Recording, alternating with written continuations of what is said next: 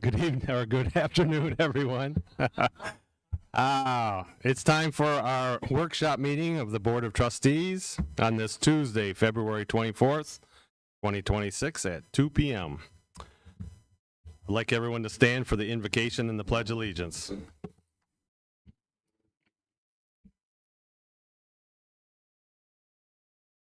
Any men here, please remove your hats. God our Father, we praise you and thank you for our blessings. We thank you for this day and that we are able to come together in the hope of working together to enhance our park. We ask for the Holy Spirit to guide us this day in all our discussions and interactions so that we do what is best for all of our residents. We thank you, God, for all those present at our meeting and all those who are streaming. We thank you for our trustees, our district manager, the park staff, and all those who volunteer their time and efforts to make our park a better place to live.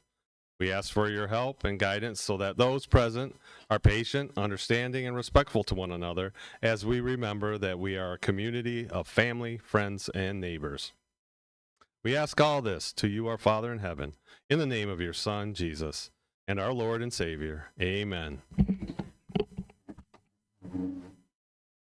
Allegiance to the flag of the United States of America, the republic which it stands, nation, God, liberty, justice for all.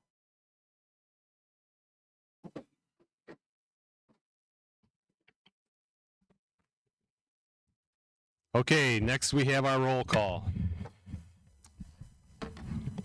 Chairperson Sean Slattery. Present.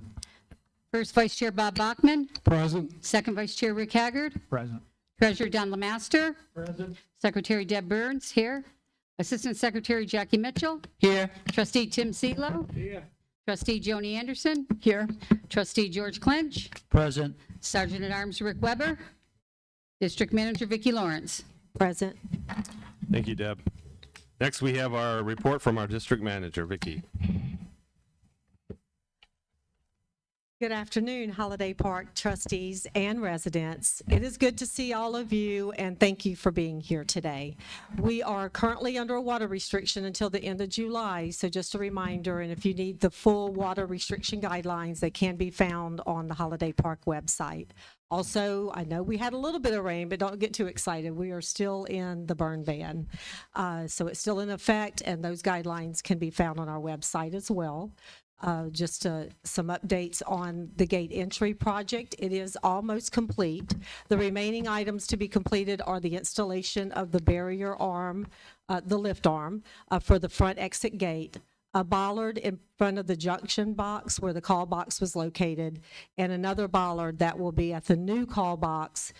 So the bollards are just to protect those they're either in front of it or on top of it to protect that area so they don't get hit or ran over.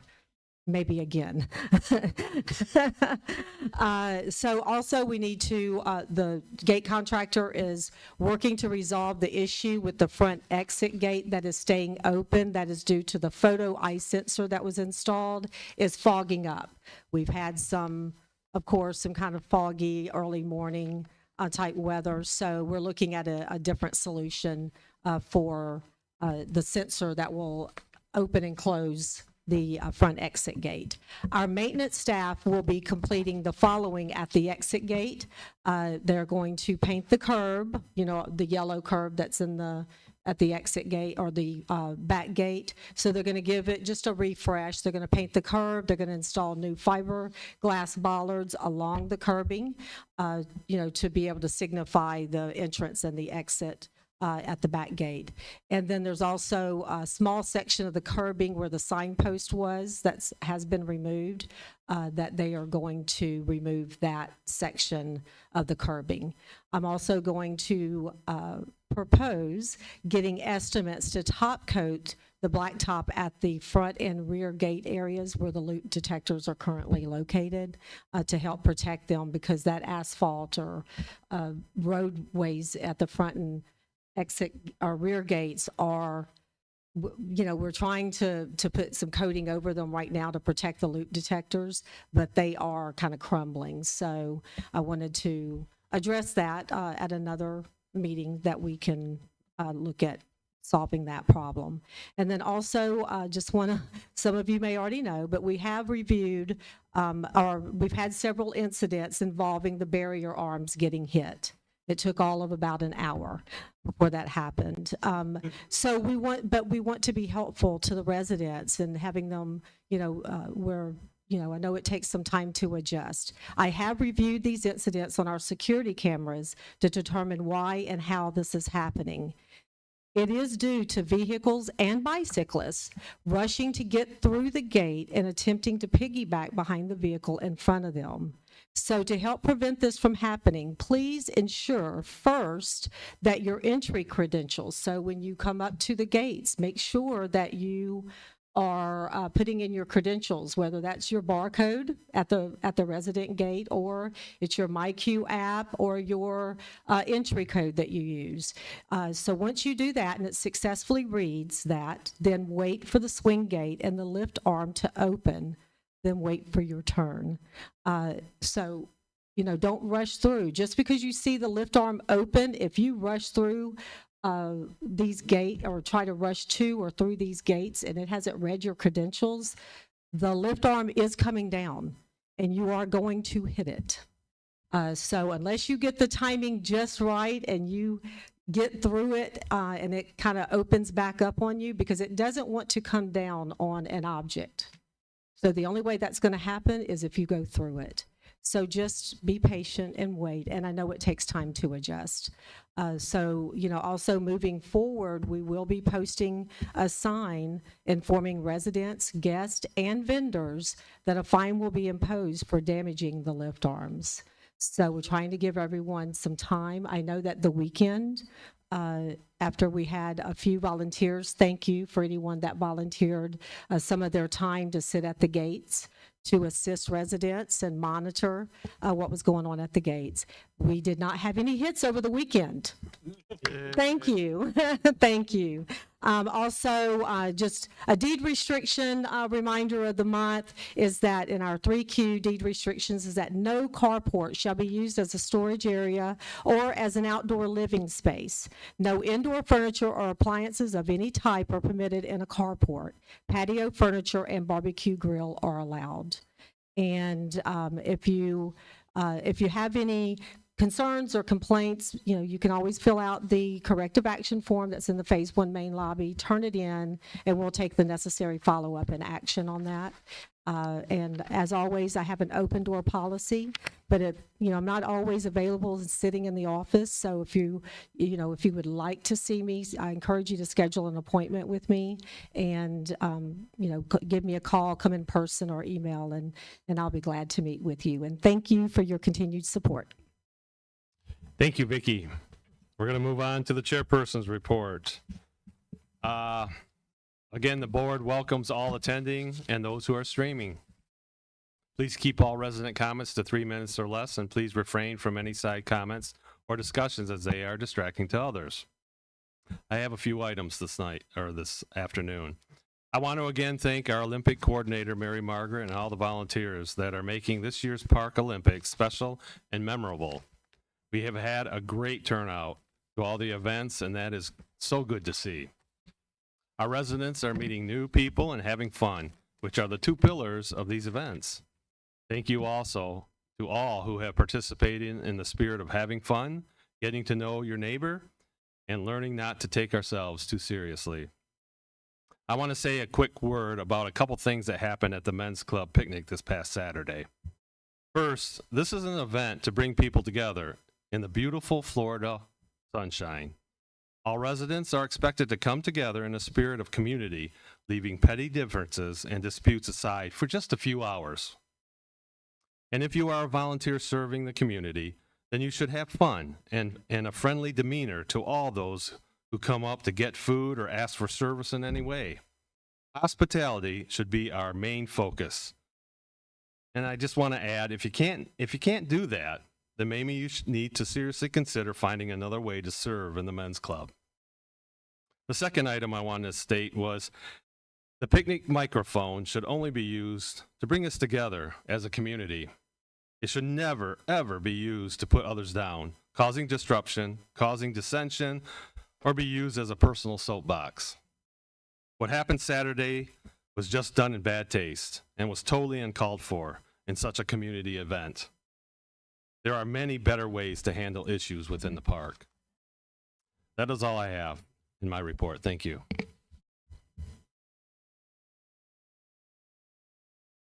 Next, we have trustee reports. I'm going to start at one end here. Bob, anything? Yeah, a couple of things. Progress on the pavilion is doing real well, thanks to Vicky and a lot of tedious hours. We've managed to get all the bids out that we've decided to go with. The second thing is we are looking for additional committee members to be on the committee. We've had a couple step down because of other obligations, and we need some help getting this going, and as much input we can get from the community, the better off we're going to be. Thank you, Bob. Jackie. I have nothing at this time. Thanks, Jackie. Tim? Nothing? Yes. Don? Okay. Good afternoon, everybody. It's Ernie Mitchell has resigned from the Finance Committee. So I need to fill his spot. Anyone interested needs to have a financial background so you can get a application from the office and turn it back in.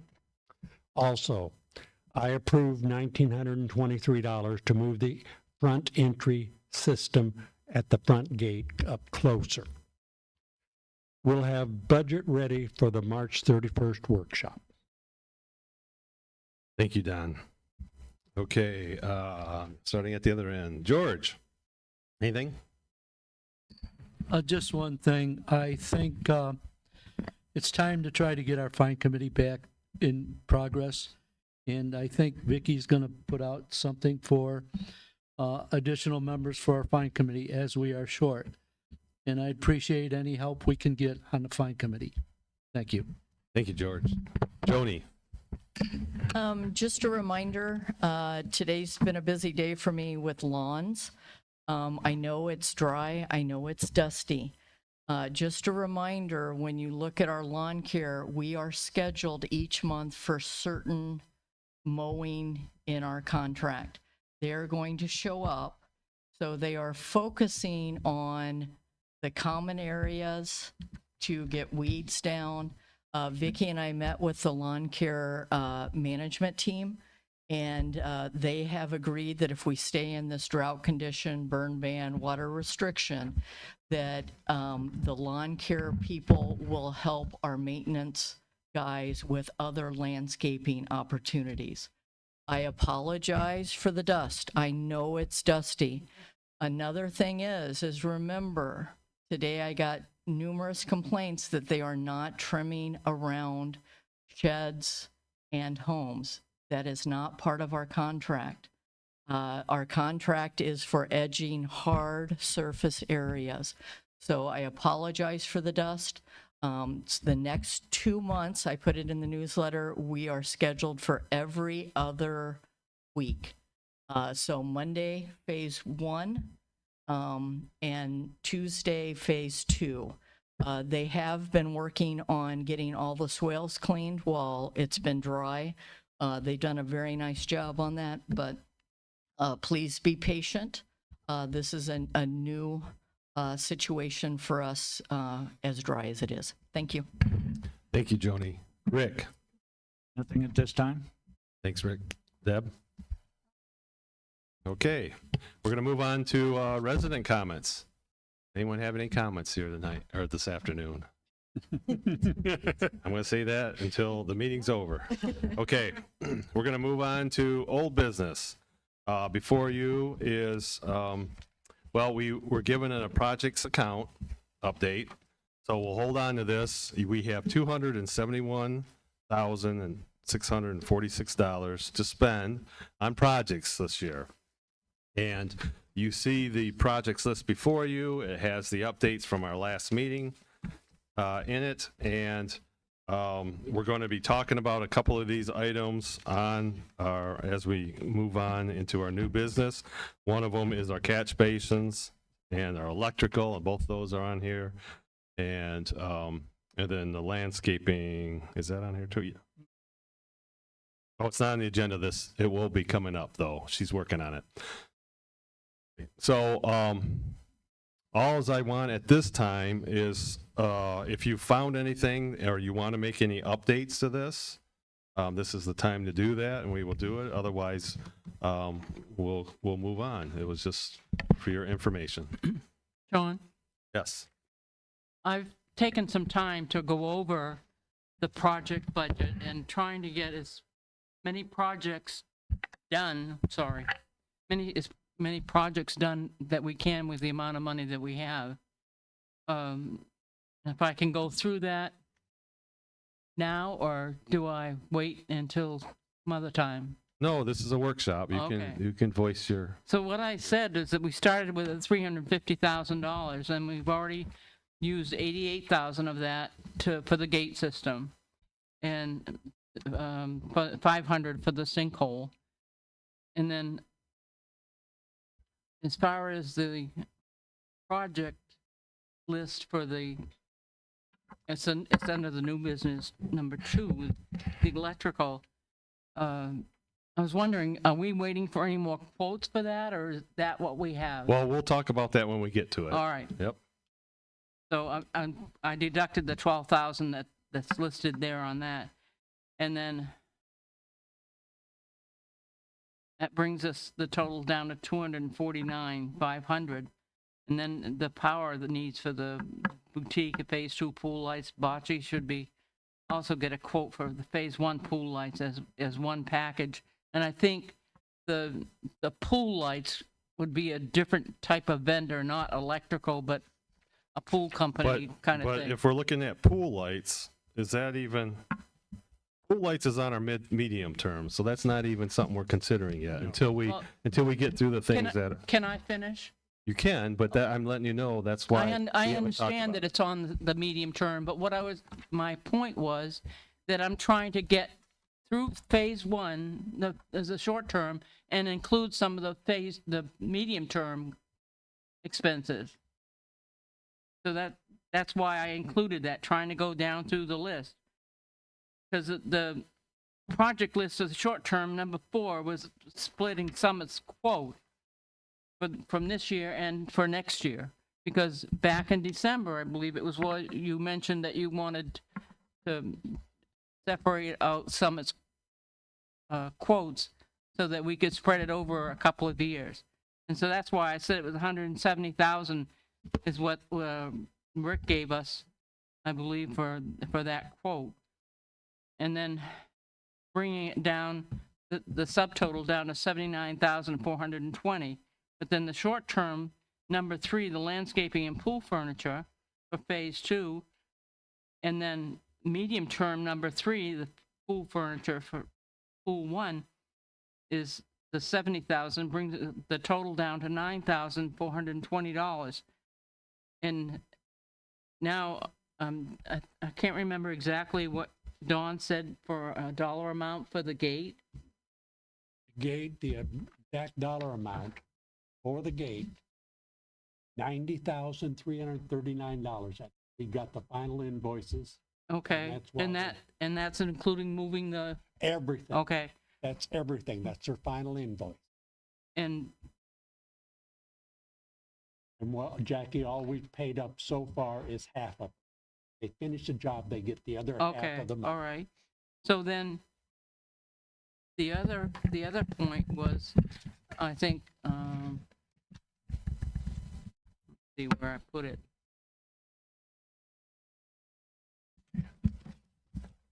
Back here.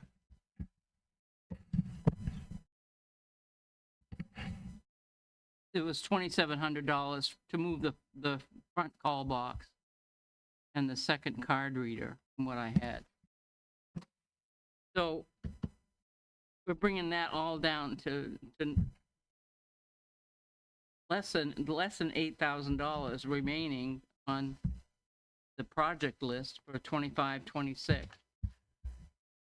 If we do all of the electrical for this year, not sure what the amount would be, that's something that I would like to see us look at, and the proposal would be to complete short-term numbers 1, 2, and 3, and half of 4, and the medium term, number 3 and 7, the medium term. And that would wipe out all of the short term and part of the medium term. Okay, well, I thank you for that. That's what we're trying to discuss tonight is, I mean, you brought something ahead, but I don't want to get too far ahead of ourselves because we do need to decide where we're going to spend how much we're going to spend today on the short-term items. Anything left over, then we'll look into our medium term, and as a board, we'll discuss how we spend that remaining money Well, that's to bring what I- those ahead. And I know you're suggesting, have some suggestions, and that's good.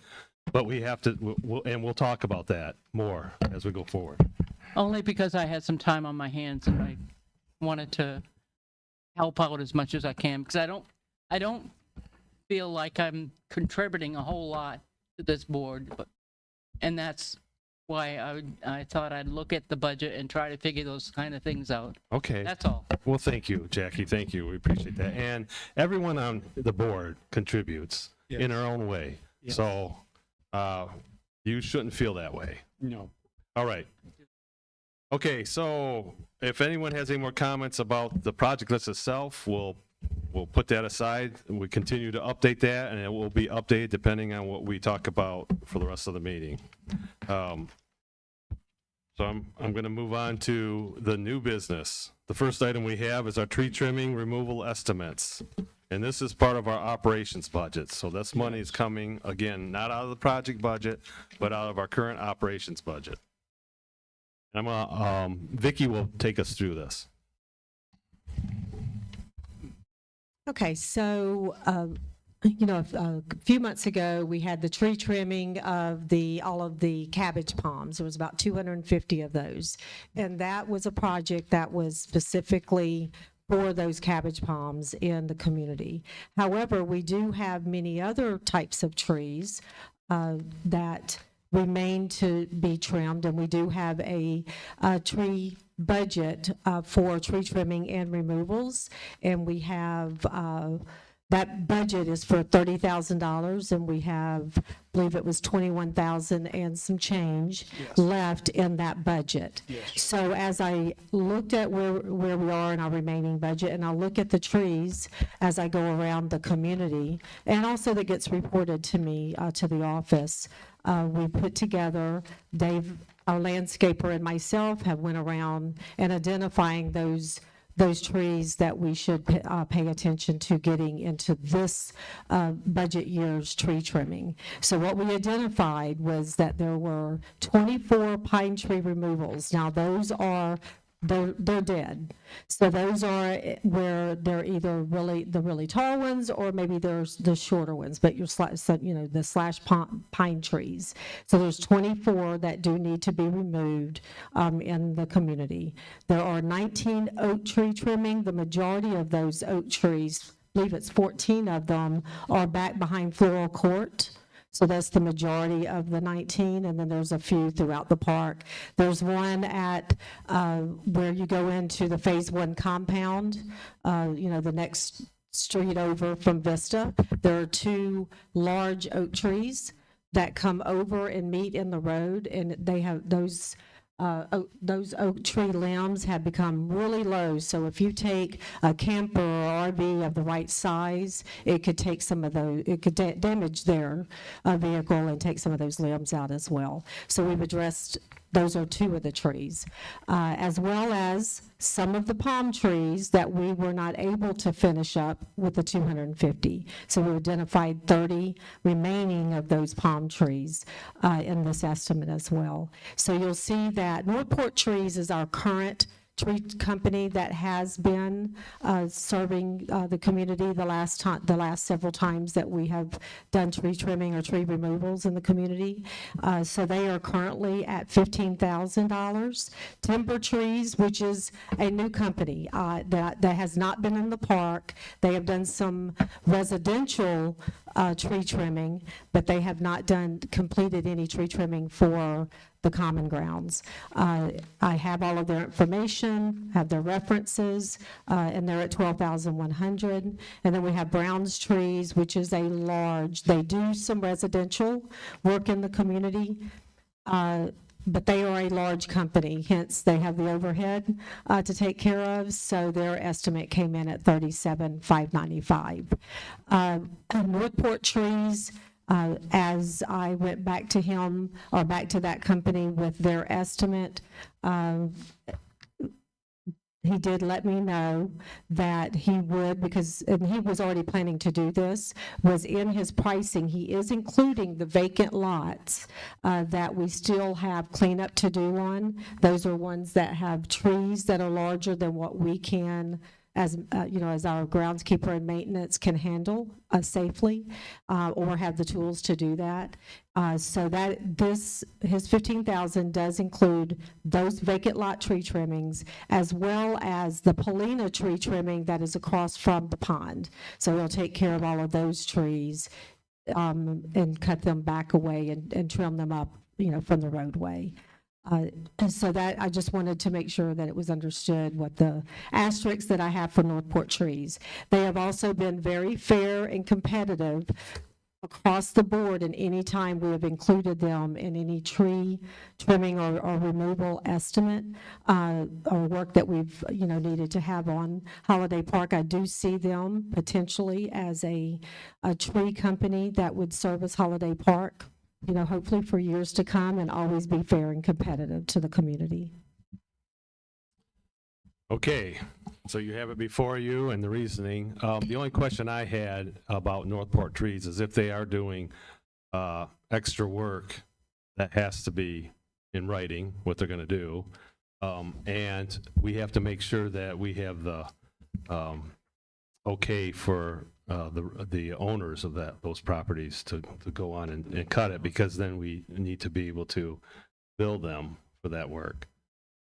Yes, that is correct. And I'll double check all of ours, because I believe, but I will confirm that we have received approval from those owners on those vacant lots for those few remaining, as well as Northport Trees will provide separate invoices aside from, so that we are able to invoice those owners. And then I believe that they did list those out here showing a zero charge to the community for the extra work on the vacant lots on their estimate. Okay, I missed that. So, as a board, we could discuss this, but to me, it seems like the community is paying nothing, but you still need to know what you're going to be able to charge those individuals, right? Because That is correct. okay, because that decreases our 15,000 for that the park is paying for overall. All right. Does everyone understand that? Any questions? So the timber tree service did not include that extra stuff, right? No. It did not. That came back in part of the negotiation. Okay. Also, the trees across from the pond, it's probably been 14 years since they've been trimmed on. When Wayne was here, we had them all trimmed at that time. So it's been a long time. Yep. Anything else? I want to put my 2 cents in for Northport Trees, because when they came through this last time, I was very impressed. The cleanliness, they didn't leave a leaf laying anywhere from what I saw. And he's a young man that's just getting started, and he wants our business, I think. Yes. And he knows now, he's worked in here long enough to know what the expectations and the standards are for working in the community. And then, like I said, as far as moving forward, with the relationship with his company. All right. So, if there is a consensus to go with Northport Trees, then I don't see any reason why, when we go over this again in our regular meeting, that we just don't bring back that one quote and approve that. Yes. Anyone have okay. All right. So that's the one that Vicki will be bringing back to the board for vote. Thank you.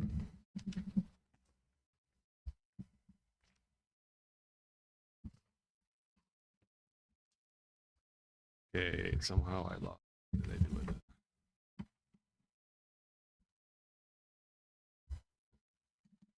Oh, yeah, I do, but I need to find it.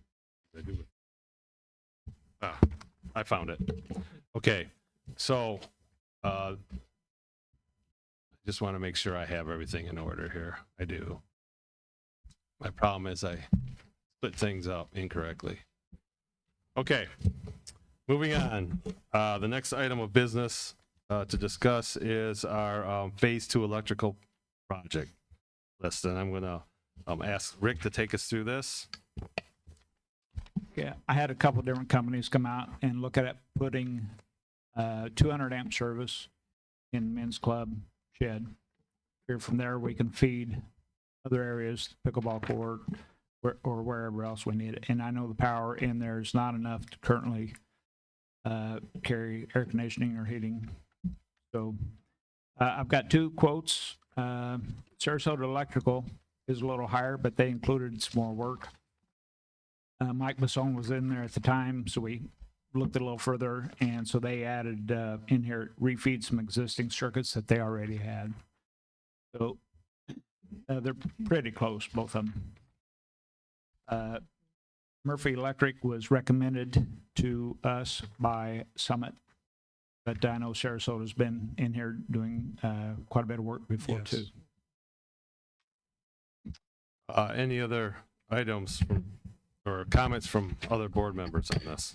So when it comes to the phase 2 pool lighting, that could be brought off of the 200 amp service off of the Ben's Club? Yeah, but I think it would make more sense for that to come out of the Phase 2 building, because it has been upgraded.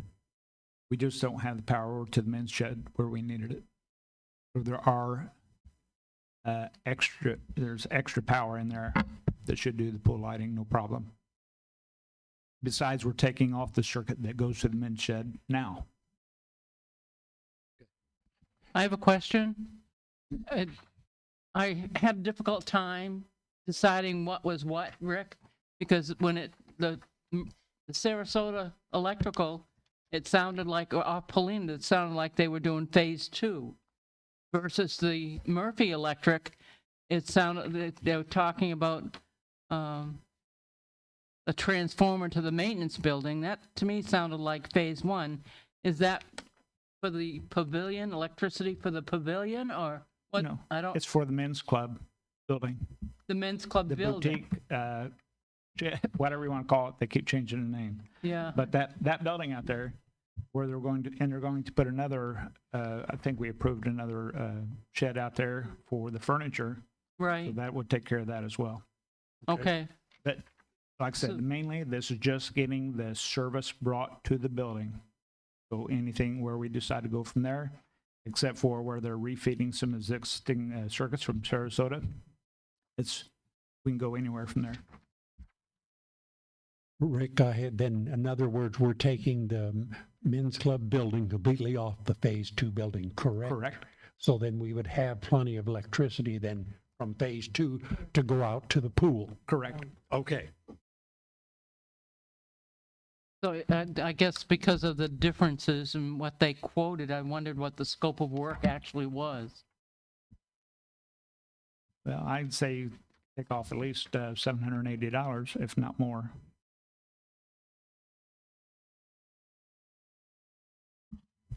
Just Yeah, the itemization of different things is what. Yeah, well, confused me. like I said, they added the refeeding, the existing circuit. It goes from the main building there over out to where the garage part, where the tools and stuff are.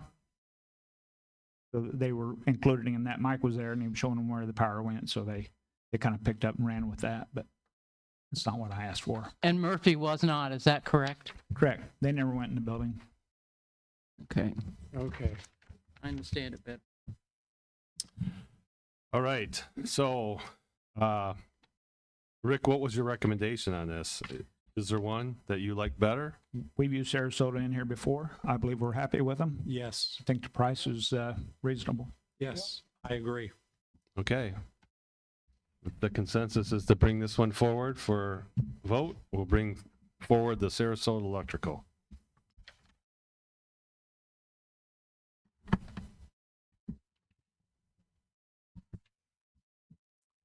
Okay. Next item is our storm pipe and catch basin installation project estimate.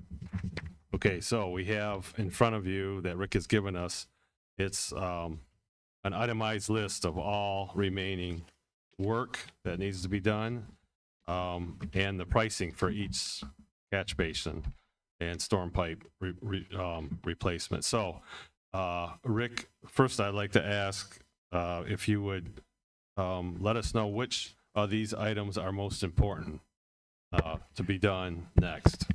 Well, I believe we've got all the emergency or high priority ones complete already. The only one I've heard feedback on that I guess people are wanting more attention is one over on Joy Court. A lot of water coming down from this street here in front of the building, runs down that way, and I guess it's not getting rid of it quick enough. So that is location 13 on our list. Correct.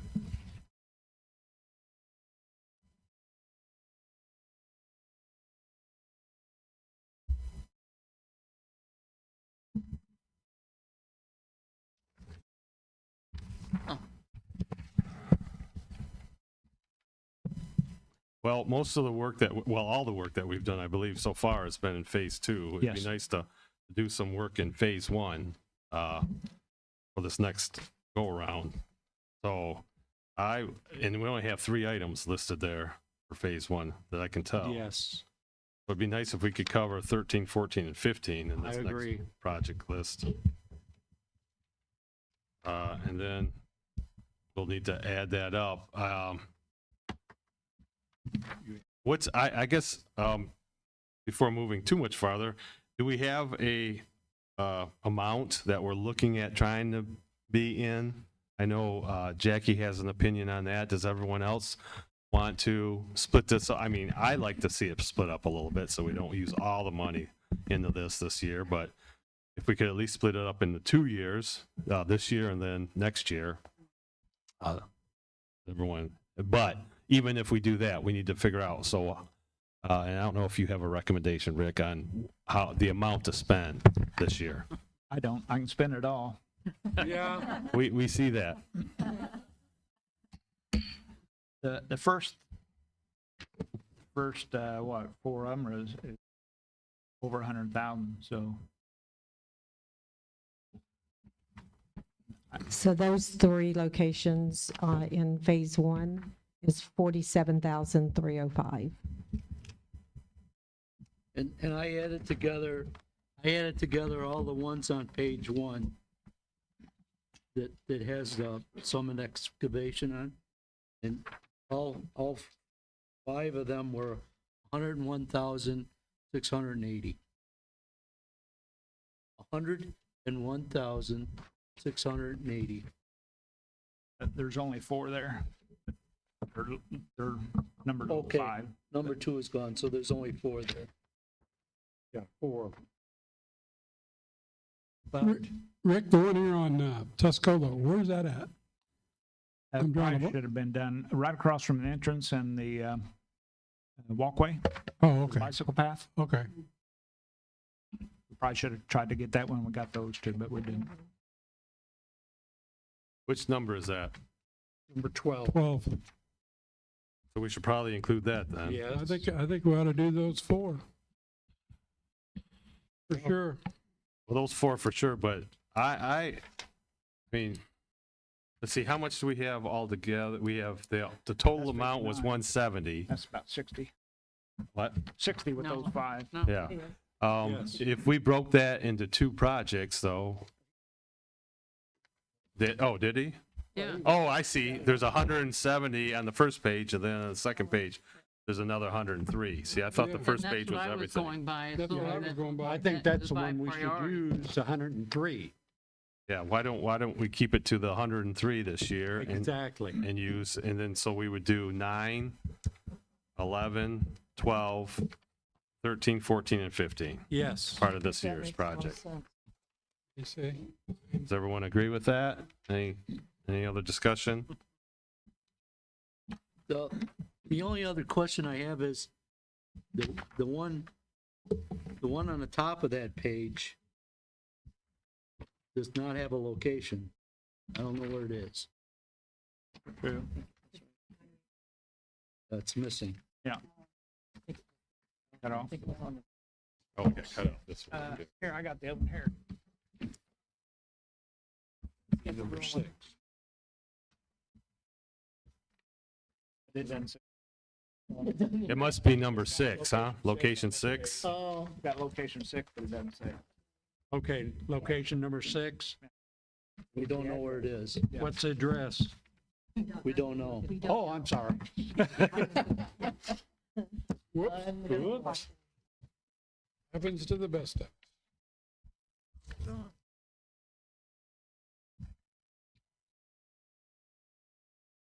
It's somewhere.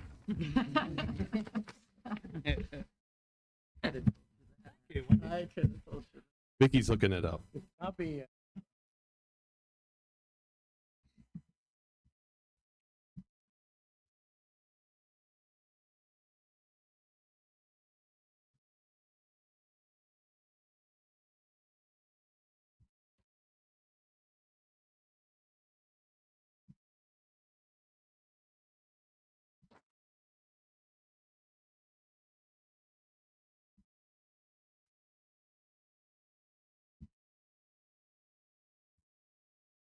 $68.82 a Napa.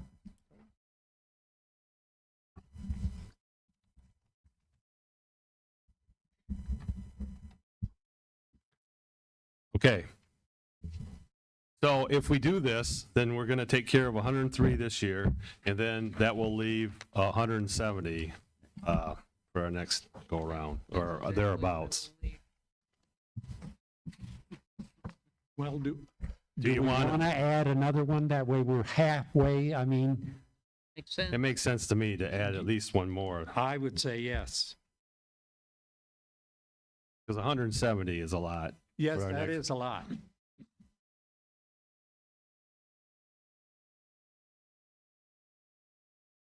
The location 3 is 28,000. That's probably one of the higher amounts. Well, a Napa one is 27 now. Well, that's 28 too, so Yeah, either of those. I think either one of them would be fine. Probably, there's a lot of stuff going on down on the net. Maybe it wouldn't be real good to do that one, right? All right. Well, Because there's 2 new homes going in down. well, this could be a while too. It could be Yeah, I'd say, spring. The thing with location number 3 is there's a lot of hand digging, and there's going to be some issues, and that it's real tight. The guy's got a new shed right there on the line or close to it where the pipe goes. So there's some concerns with that one, but they can do it. I think they were wanting to put that off towards the end, but Okay. Number 3, okay. And How you about- don't want to do 6 either, is what How you're about stating. number 5? It's 22,180. Ikena.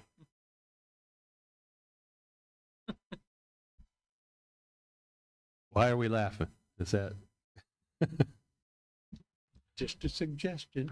the next highest price? Well, number Yeah, 1, 20. location 1 is 23. Yeah. 2 is 27.5. 2 is 27. Yeah, let's do 2. 2. All right. I like to do one of the higher price Yeah. ones. Okay. I do too. Okay. So that will take 27, Yeah. almost, well, 27.5 off of that 170. Yeah. So I agree. So we're So- going to do 7 of them. we're going to do location 2. 7 of them, yes. Yep. 9, 11, 12, 13, 14, and 15. So Yes. it's 7. Yes.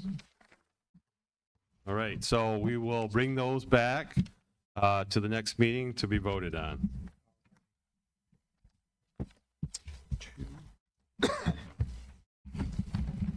So maybe we can go ahead and pull them off onto a separate sheet and then itemize it in total, and that's what we'll bring to the meeting. Okay, the next item we have is our deed restriction review committee applicants. And before we start this, I just want to remind the board that we're not going to use anyone's names this afternoon. We have 8 applicants for the deed restriction committee.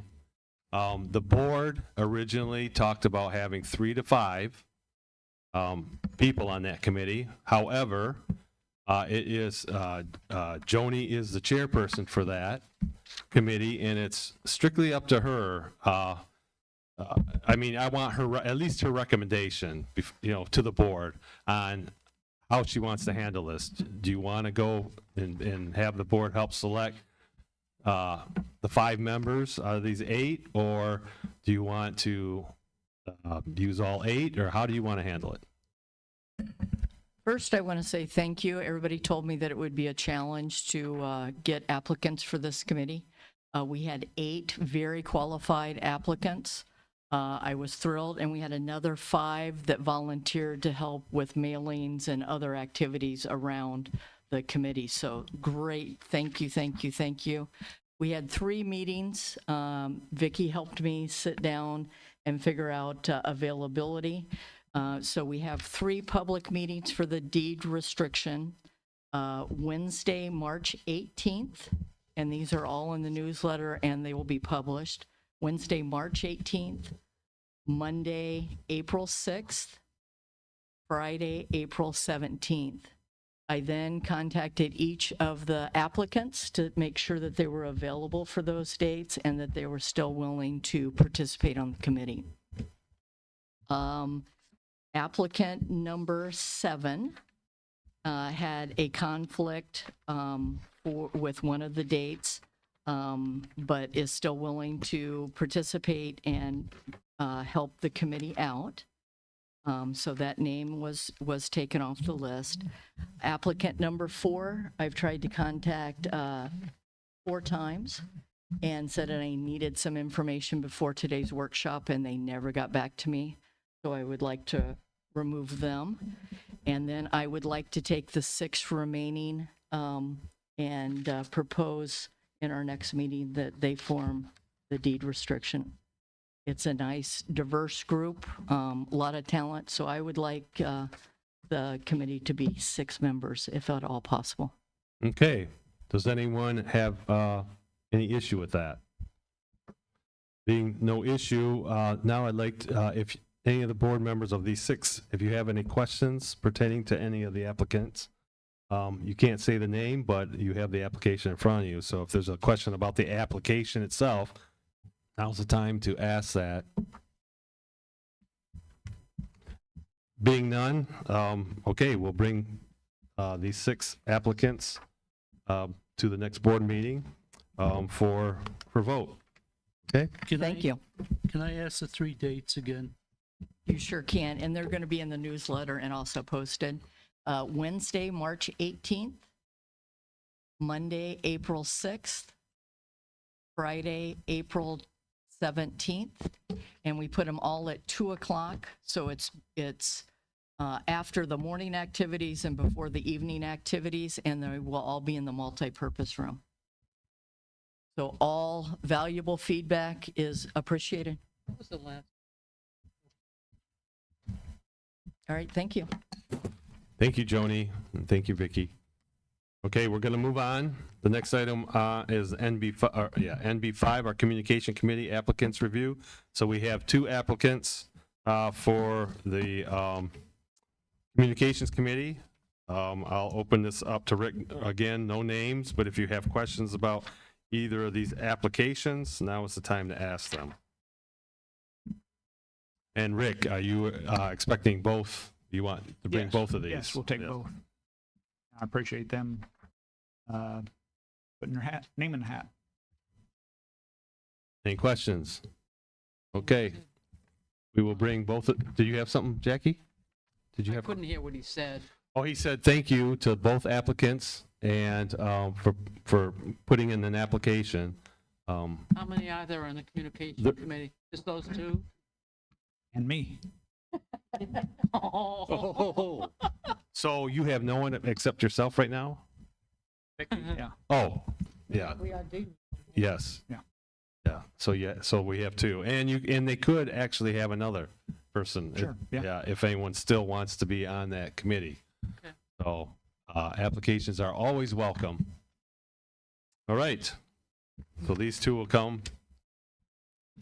And next, we have our liability waiver allowance for Park League play. As you know, I'm just going to walk through this. This is NB6. We approved the liability waiver as a board in October of 25 at our regular meeting.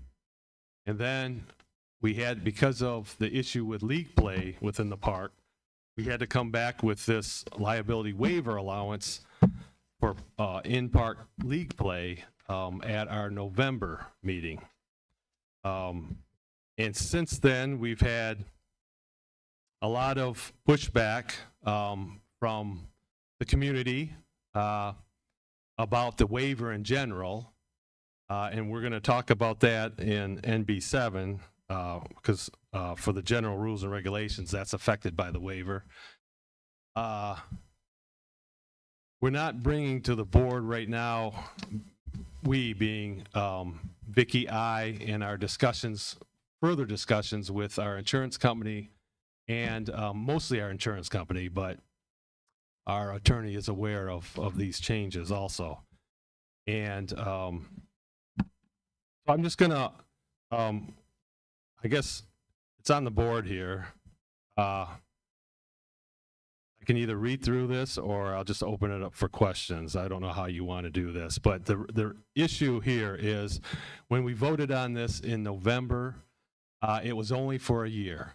This is only going to allow us to do this for the year, and we would have to come back. Well, this is us coming back to figure out how we're going to handle this going forward. And in order that the league play does not be disrupted for next year and until things change, I will state also to the board here that this really affects just the tennis team at this point. But if we open our park to have inter-park league play with, say, shuffleboard or with bocce, it would affect them too, obviously. Right now, the tennis team, our owners that are tennis players, do not have to sign a waiver whenever they go to any other park for league play. They don't have to sign it. The leagues themselves are not requiring it. The parks that they play in are not requiring it. And if we continue to require it for us or require them, any visiting players to sign the waiver, we will be excluded from the leagues. The leagues will cut Holiday Park out of the league itself. We've been told that quite frankly several times, and Vicky has talked with them. So what we're asking the board to consider is basically taking the liability waiver with a few changes here, but continuing to allow this waiver to, what's the word I'm looking for?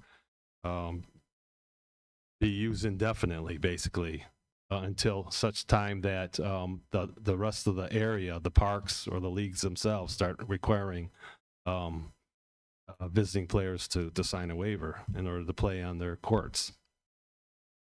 With that, now I'll ask if there's any other questions here. We have what it is at the top there. And it's and I put the 12th day of March because if this moves forward, that's the day we would be voting on this. Reasons are listed there, and I basically mentioned the reasons.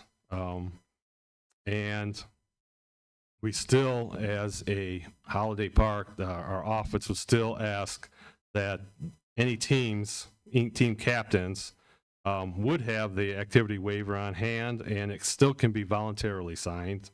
Chances of that are slim, I know, that anyone would sign it.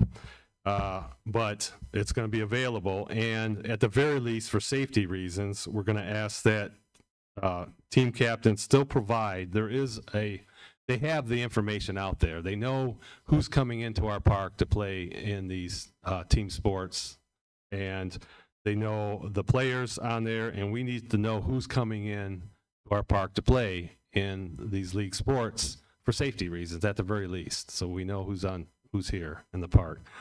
And that we would still expect to be provided to the office for next year and going forward.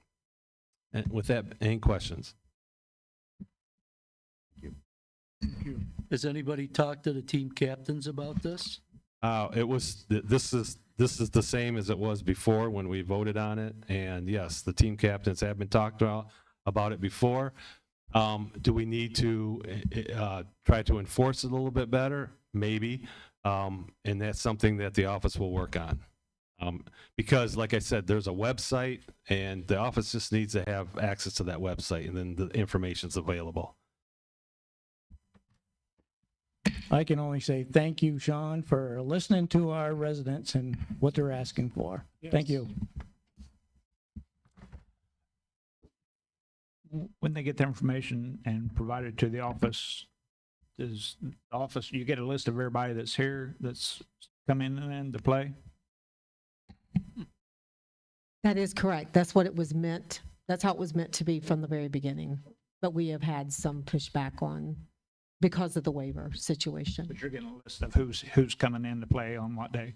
Correct. Okay. Yeah, it's a calendar basically based system, and it has the information out there of what teams we're playing, where they're coming from, and the players that are going to be visiting.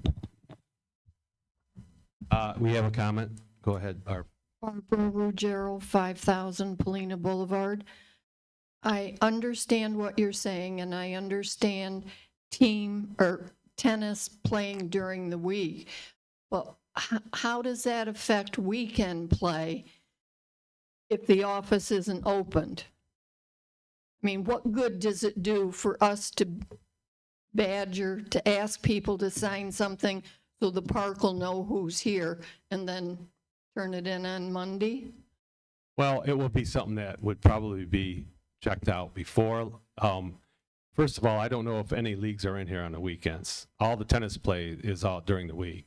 Bocce is weekends. Oh, so you And have, we don't know who's do you have coming. league play, people coming in from outside for bocce? Yes. See, I wasn't aware of that. I thought it was all inner park. Oh. So, I mean, we haven't this year, but I mean, if we do, yeah, we don't know who's coming till they get here. And okay. then- Well, that's something that, see, the tennis teams have a site, like I said, and on the site it has the roster of who's coming in. So they schedule it ahead of time, and it's a calendar-based system. Right. If bocce doesn't have anything like that, then I guess it would be something that would be turned in on Monday. I think you might, Again, what? I think you might have the same problem with shuffleboard. They have other people come in here play too. Well, that's the expectation is there for all the sports. So, Yes. And I mean, if there's a way of understanding who's coming in before, that's wonderful. But at the very least, we need to know who was here and who played. Okay. Again, this is not to sign the waiver because we expect no one's going to voluntarily sign it. No. But we're going to at least know who's here playing in our park. Exactly.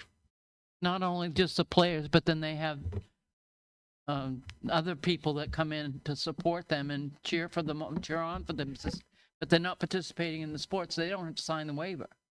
Yeah. Correct? Correct.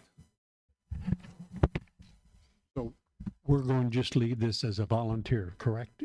Yes, that's what this is about. It's all about Okay. making league play volunteer Okay. signing of the waiver. Yep. Okay. So this will come back exactly as it is. I don't see anyone asking for changes to the wording of it. So we'll bring it back the way it is. And we're going to move on to number NB7, item 7. This is our general rules and regulations. So this affects basically, again, the pushback that we've seen from our residents, it's particularly our owners within the park. And in discussions with, again, with our insurance company and our attorney, it's been decided that the best way to go forward with this is it really affects number E. I'm going to jump to number E first, and we'll come back to C. Property owners, we're going to change it so property owners are asked to voluntarily sign the assumption of risk waiver and release of liability form through the park office at their own discretion. So again, it will be voluntary for all owners. We found that we're not going to require an owner to sign it. However, if you read the rest of it, it stayed the same. We are still going to require guests, and all renters to sign it. Okay? We're just saying that owners, the ones that own the property, do not have to. It's voluntary for them.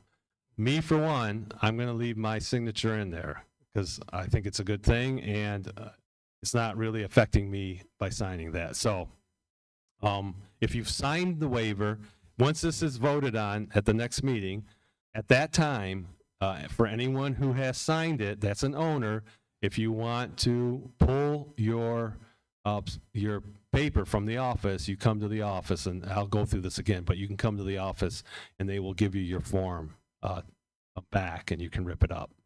So, because going forward, if after we vote on this, it will be voluntary. Okay. So, any questions about that and any issues with it? No. Okay, next item is, as I was going through working on that change, I noticed that we have a couple things that we're missing, and that's what's under C. This is our general rules and regulations. It really should point us to everything that people need to know when they're in our park and what they can and cannot do. And we did not have anything pointing to our fitness center. So use of the fitness center, we've always required that. And so we're continue to require that you sign the assumption of risk waiver and release of liability form if you're going to use our fitness center here. And then I also point to the holiday park rules for use of the fitness center. So people should be reviewing that before they use our fitness center. And then the next bullet is use of pools. Everyone through the general rules and regulations should we're requiring the adherence to the holiday park pool rules and regulations. So just adding those two items, it's always been a requirement, but we didn't specifically state it in our general rules and regulations, so we're adding that now. Any questions about that?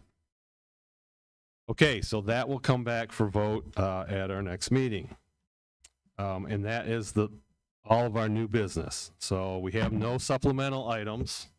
And so I'm going to open it up to trustee comments. Any comments? Being none? Oh, go ahead.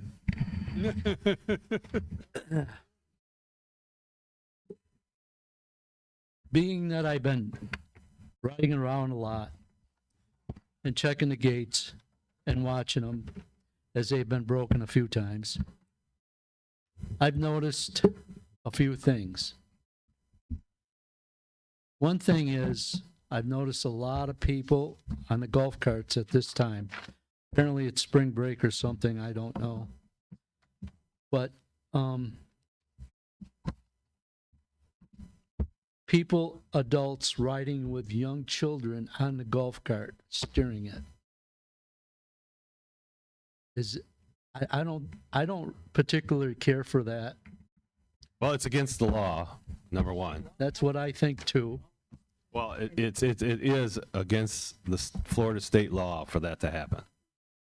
So it's still happening. And I don't know if there's anything else we can do. And also what I notice is this park is everyone's 55 and older.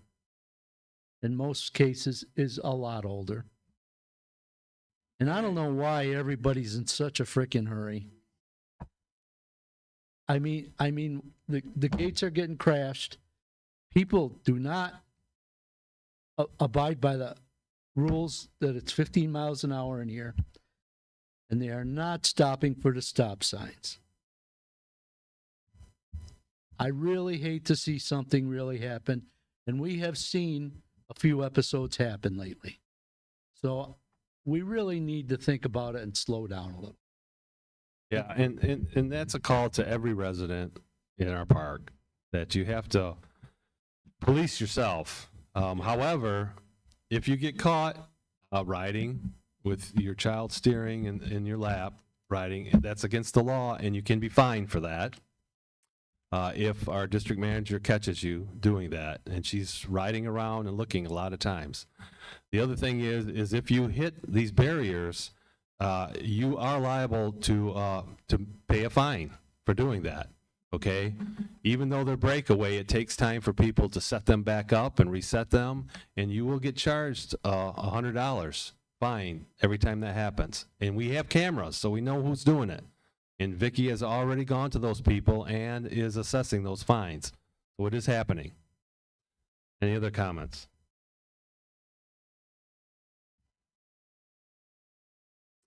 Okay, if there are no more trustee comments, I'm going to move on to resident comments. Open the floor to our residents who are here, if you have any comments.